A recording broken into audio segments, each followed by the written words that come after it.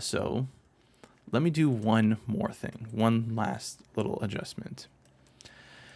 Because this node is actually going to go into our next chapter of the lesson. So let's type in cheap contrast. Actually, we'll do cheap contrast RGB.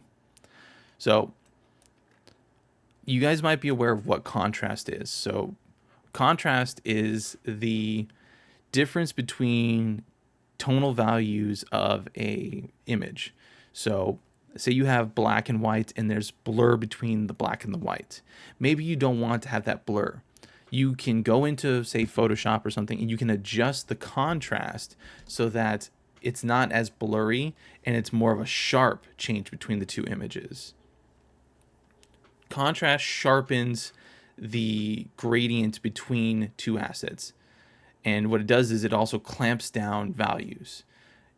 Maybe you want to have darker shadows or harsher shadows. You can use contrast to sharpen those and bring it down. So maybe I want to adjust the contrast of my brick. Like maybe I don't want to have all these like little tonal values and I want it to be a very sharp and crunchy brick. Like very grungy, because maybe that's the art style. If I go in here and I plug it into this V3, which V3 means vector 3 or 3 values. S is a scalar value. So we'll apply a normal scalar value, which is, we'll do 0. And then we'll just change this to a parameter. We'll do albedo contrast.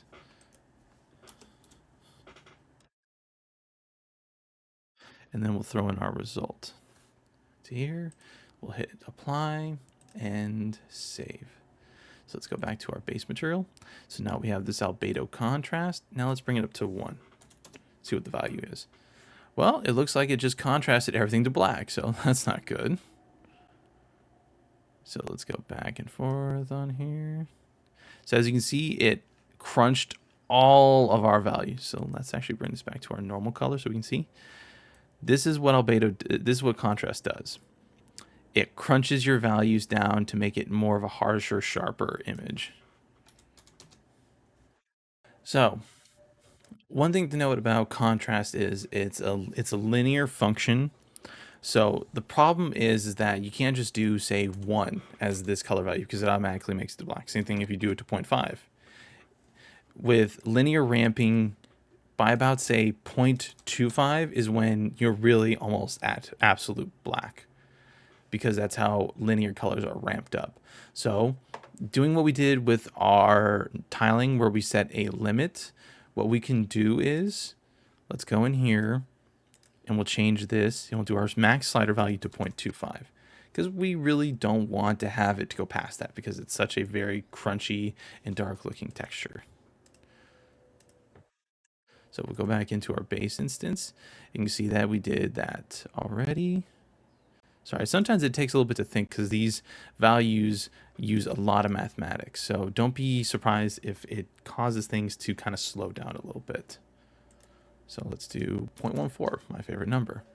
And you have this really kind of dark, almost lava-like texture. Maybe we don't want that. 0.05. See, that actually looks a lot better. That kind of breaks out all this darker dirt color. So it really shows that this brick is dirty. So this actually makes it look really good. So let's go back in and let's take a look at our guy. And let's throw in that base material again. We'll throw it back on him. So now he looks dark and grungy with this brick. Maybe even, we can do it a little bit more. So let's do 0.1. Yeah, there you go. Very dirty brick. So one thing you also notice is if you go back into this master material, you'll see that this thing says RGB at the end of it. That's because this guy actually uses the 3 values. The same thing, reason why it says V3 on it. So if we go and say for our ORM, because right now we just have these 3 values just doing what they want to. You can actually go in here and actually make adjustments to these particular channels on the fly. Okay, so maybe we want to do some adjustments here on the ORM. So, for some reason he got cut out. So let's plug him back in. maybe we want to do some adjustments on, let's do the metallic. So one thing we could do is we can do our, multiply shader value on here and say, hey, make some adjustments. But, with the value of metalness, you have to really make it say, you have to set it up, basically say, is it metal or is it not metal? And you don't want to have a scalar value for that. You want to just, automatically say, is this metal? Is this non-metal? Multiply is not a good thing. One thing you can do is you can actually type in here and you can actually look up things by parameter. And we're going to need a very particular node, a bool. Actually, maybe not that one. A switch.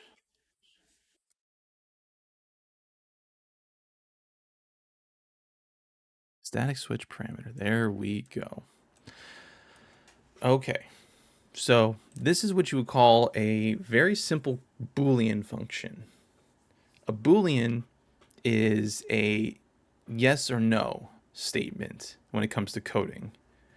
So this is, just like a normal little switch. You turn it on, you turn it off. Or turning on means true and setting off is false. So we want to say, we'll do this as a metal switch. And this will be the default value. Actually, no, the default value is going to set it to true. So what we'll do is our default value for this guy is going to be this. And then what we'll do is we'll actually set him to true. Now, this is only just for the sake of showing. You don't want to have it where your metallic value is applied throughout the entire texture, because that's not how it's going to work and it's going to look very weird. But I'm just showing you guys you can also apply these types of switches to your parameter materials. So let's go in here and you'll see that we actually have this little switch. So let's turn it on. And you see that nothing really happened, nothing's really changed. Well, not yet at least. Wait till we actually click on this metal value. Okay, so let's hit this. And you can see that it got darker. And you're wondering, why did it get darker? It's because it has it's all rough and all metal. So what metal does is it dampens the color, because the color is going to be adjusted within the gloss curve of the metal value. That's one thing you do notice when you start changing these values. So we're going to need to adjust one more little thing in order to get the right value. So let's go in here. We'll do another multiply node. We'll plug this guy in. And we'll change him to roughness. Oh, I got deleted by accident. There we go. We'll convert you to parameter. Roughness strength. Now, again, think about the context of what you want this guy to do. So we want him to have a default value of 1, because that's the normal strength of roughness. We're not changing the shininess or the smoothness or anything. We're changing the roughness. So right now he's very rough, and that's good. You want it to be where the roughness is going to be on the higher value, not the lower value. So we'll go in here, we'll do our roughness. And, maybe we want to go a little bit past this too, in case we make another set of textures and the textures are already on a very low value of the roughness. So we'll hit save. And let's go back here, and we now have this roughness value. Let's bring it down to 0. Oh, look, we have a very shiny brick now.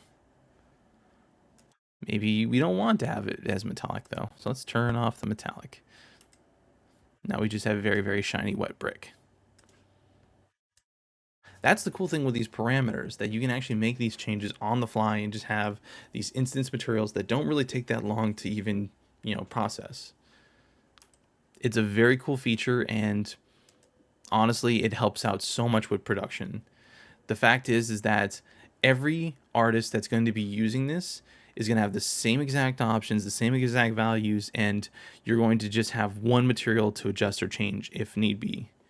Because in productions before having these instance materials, you'd have, in most cases, 1,000 different prop materials to deal with, and that each one had its own different options, its own different changes, and all these different things.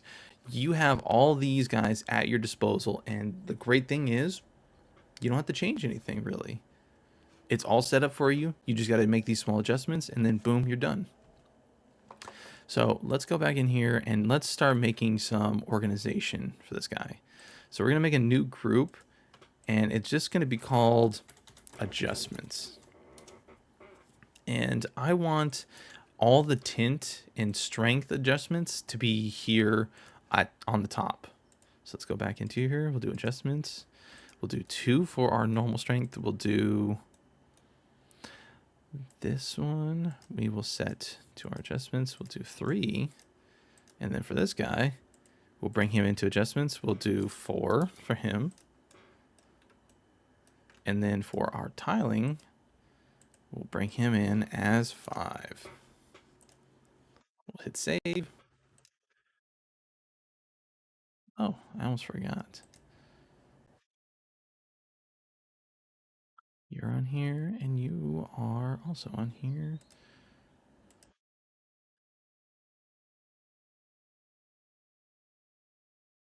We'll hit save, and let's check out our instance.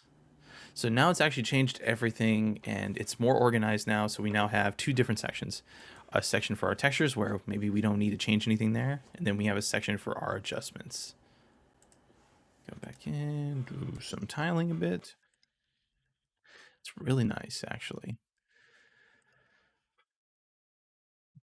Now, remember earlier when I said that this node was going to be leading into our next section? So let's break this open and show you what I mean. So this whole entire function is what you would call a material function. Now, if you've ever used Substance Designer before, it basically is an encapsulated node that takes all these other nodes that you would find within, say, the material editor, and makes it into one node. That way you don't have to have all these 10 different nodes in your other material. Because right now it seems very docile. Maybe we can go in here, we'll hit C and make a comment for it. We'll do albedo for this guy. We'll break him down. We'll do tiling.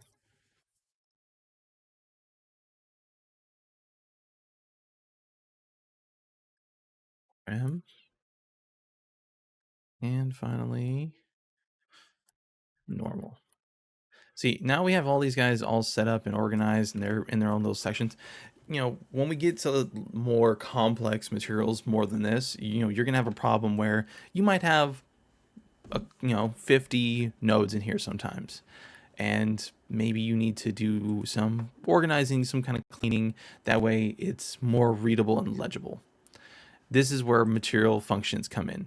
It takes these types of nodes and it applies it into one node that makes it more organized and easier to use. In the next section, I'll go over how to make it and show you the actual benefits of having something like this. So I'm going to hit save on here. We're going to hit save on these guys. And that's it.